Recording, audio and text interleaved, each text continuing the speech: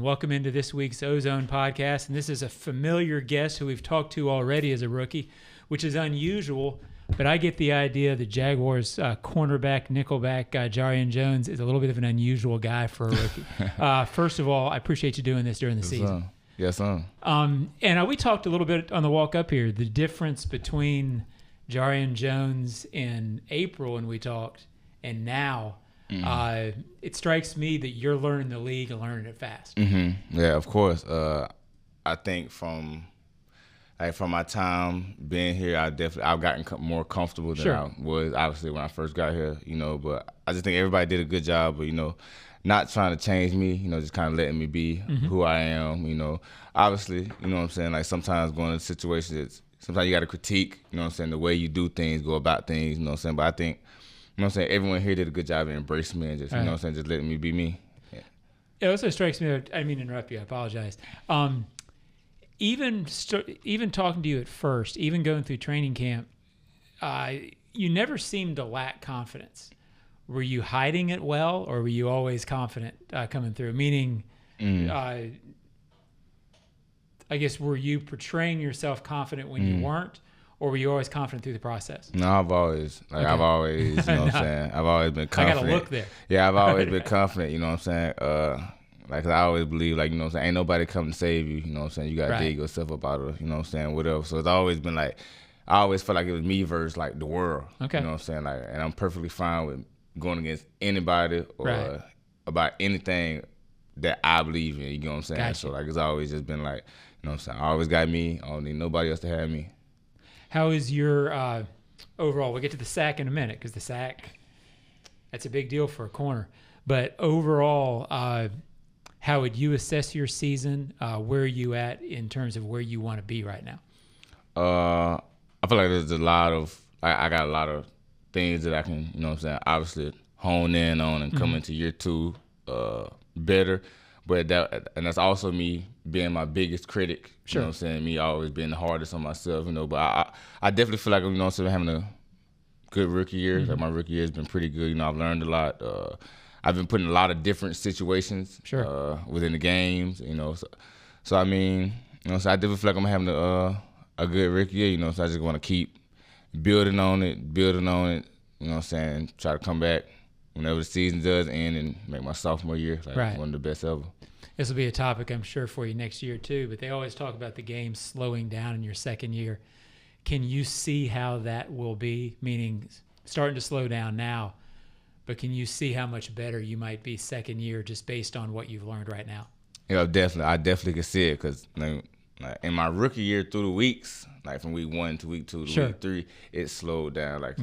I look back and I watched, during our bye week, I watched some games from week 3 and week 4, and then I went and watched some games from week 8, 9, 10, and it was just I see the difference in how I played, what I've learned, and how much it slowed down.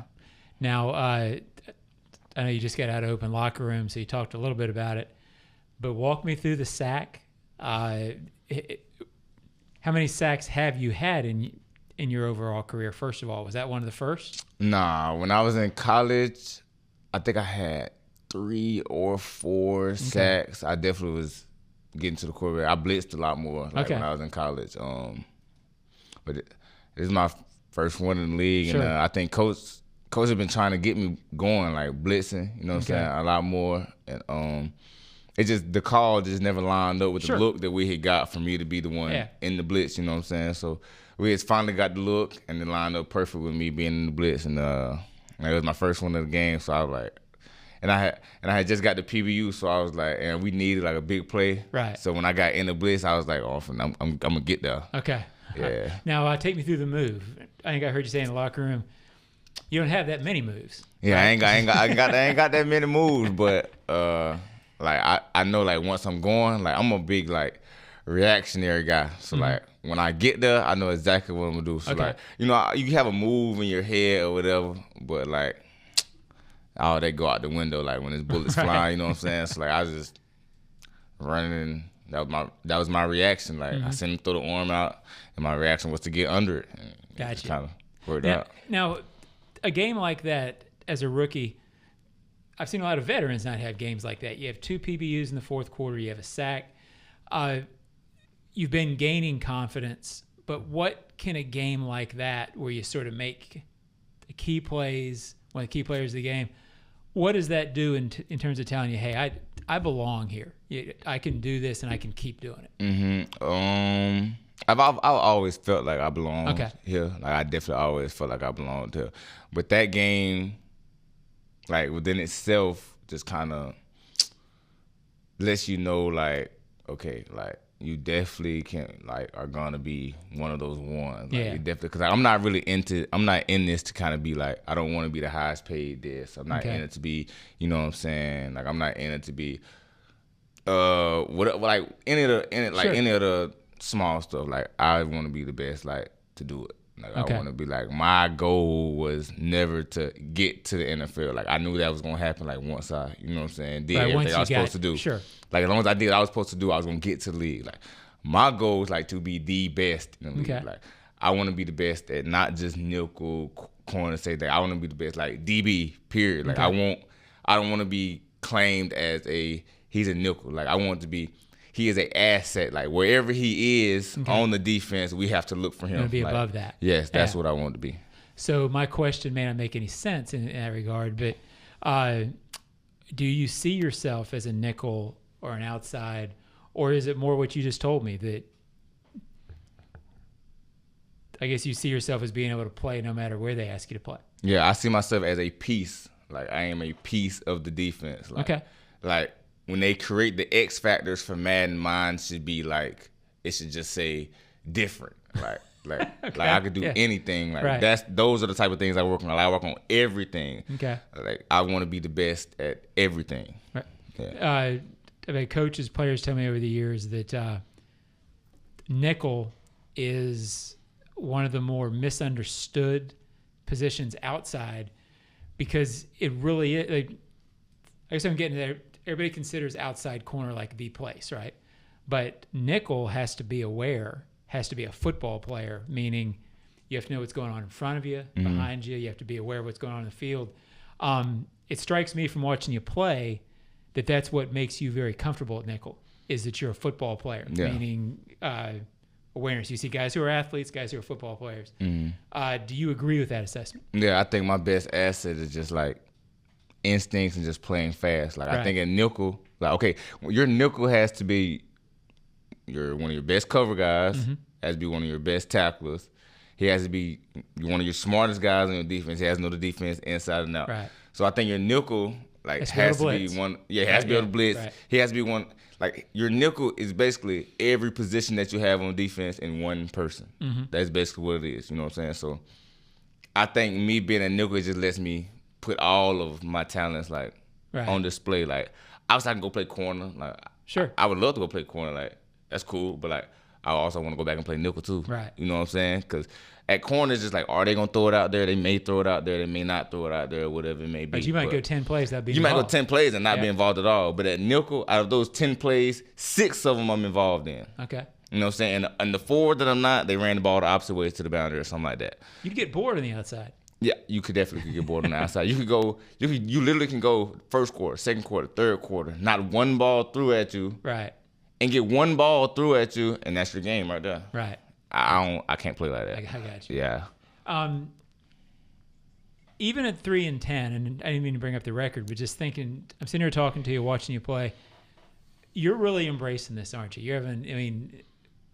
You're having fun with it, no matter what's going on elsewhere.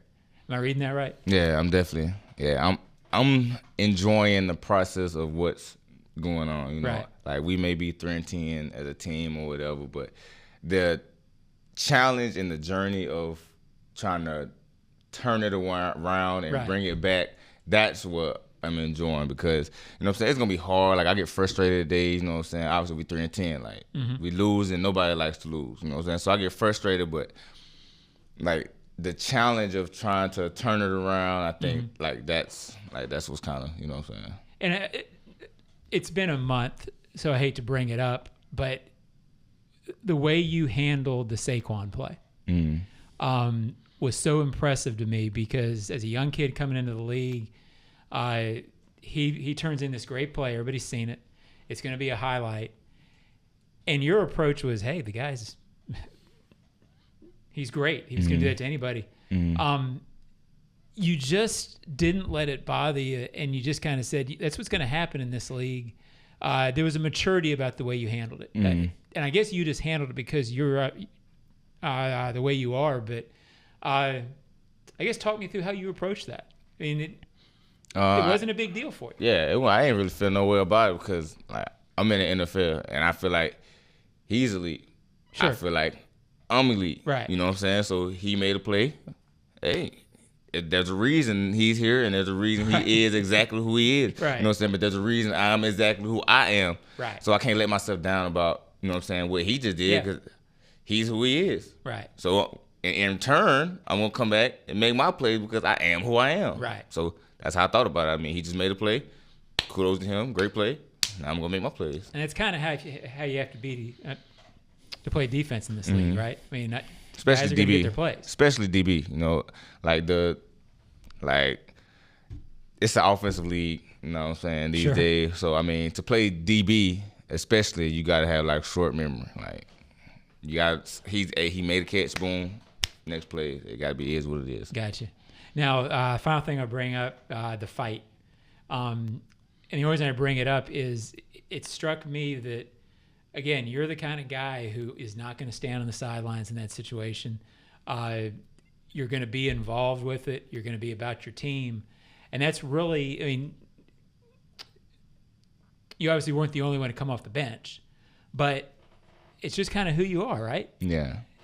And I'm definitely like a pro my guys type of guy. You get what I'm saying? Right. Like I'm always for my guys. You know what I'm saying? So, you know, I stand by this. Like, I'm always for you. I'm always, like, once we got that bond or connection, like my teammates, like, I'm always for you and I'm always be for you.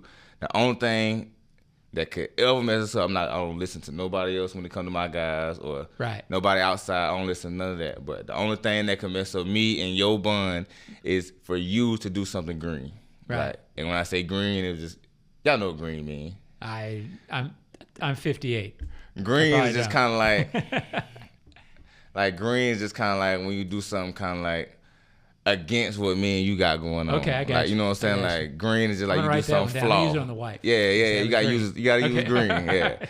But like I'm like a pro my guy type of person. So like once I got buns, like we really locked in for real. You mentioned it earlier, and it struck me. You want to be around and part of the reason this thing turns around, don't you? Mm-hmm. That's something you're thinking about. For sure. Talk me through that. Right. How much does that mean to you? I mean, a lot. When I was at, I went through something similar at Florida State. When I was at Florida State, when I first got to Florida State, we weren't really too high, you know what I'm saying? Everybody said what they had to say. Everybody switched on us, changed on us, you know what I'm saying? But we just kept turning and kept going, you know what I'm saying? Then we turned it around, you know what I'm saying? So, like, I really know what it felt like, you know what I'm saying, to be from the bottom. Like, I am, like, I'm from Mississippi, so, like, I don't know if you ever been to Mississippi, but a couple times. Yeah, so you know, like, I'm really from the dirty, you get what I'm saying? Okay. So, like, I really know what it being down and out really mean. Right. You know what I'm saying? We got something here. You like the process of being the guy who pulls it up. You see what I'm saying? Like, we got something here. You know what I'm saying? So, like, regardless of what anybody got to say or what anybody's saying on whatever it got to be, you know what I'm saying? Like, I know what we could be. You know what I'm saying? We know what we could be. You know what I'm saying? And it's on us to turn around. Like, it's going to be hard. Like, life is hard. You know what I'm saying? Just choose your hard. You know what I'm saying? I'd rather this hard than, you know what I'm saying, something else. So, like, this is where I'm at. I am where my feet are, and I'm ready. I want to do something about it. Are you getting the idea that fans that write me, they're starting to connect with you a little bit? You you're starting to become a popular guy with the fans and sort of a symbol of what it might be. Are you sensing that at all? Do you like that? I don't have social media. Like I only have Instagram. Like I don't have Twitter or nothing like that. You know what I'm saying? So like I wouldn't know, you know what I'm saying, about that. But like if the fans were rocking with me or weren't rocking with me, like I got you. You can't let that be. Like that won't really that won't really affect me. But if they are, like, you know what I'm saying, I love the Jags. Duval, like, you know what I'm saying, I'm pro. This is where you wanted to be. This is where I want to be. Like, I'm pro all of that. But if they weren't, I would still be pro Duval, Right. pro Jags, pro, you know what I'm saying, pro everything. Sure. So like my mind is to win, like Right. keep knocking down them blocks. Got you. A final thing before we close up, we call it the Ozone 5. We did it before. What was your last binge watch, if you have a binge watch? My last binge watch, I've been watching, y'all probably won't know what this is, but it's called South Central Baddies. Okay. What's that on? It's on Now That's TV. Okay. It's like just a bunch of like females on there, and they, Okay. I ain't gonna lie, they fight. Like Okay, they be fighting on there. All But like I watch it because like they really be standing on their morals and their principles, and like it's more of like a respect thing. You know what I'm saying? Okay. So like they be fighting on there, and like it's another show on Zeus. It's called Baddies Midwest. Okay. I've been watching that a lot too. All right. So it's a lot of conflict. You like the conflict? A lot of conflict. Okay. Like I'm into like stuff like that. Okay, I like got you. conflict. Yeah. What's your pregame song? My pregame song right now is Gunna, My Soul. Okay. You know what I'm saying? 'Cause I like to go out. You know, everybody like to listen like murder, kill music Right. before the game. Like I ain't really like, you know, so I listen to that during the week. Okay. Like on game day, like on game day, I like to like chill. Like I like to be vibing. So I feel like that song just kind of be having me in my mood. I got you. Sack or pick? Oh, pick every time. Well, Okay. well, as a DB, I'm gonna say sack because not many DBs getting sacked. You don't get in that often. Yeah. Okay. Sport other than football that you could have been good at? I think I would have been a mean outfielder in baseball. Okay. Now you played some, right? Nah. You know? Growing up, I ain't really played no sports. Okay. For real.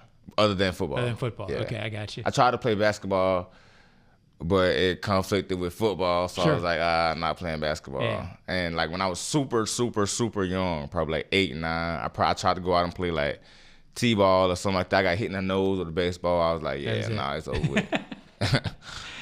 Your best football moment? My best football moment, 2023 Florida State when we won the ACC championship. Okay, for sure. got you. Jarrian, I knew I'd enjoy this. I think fans are enjoying the chance to get to know you this year.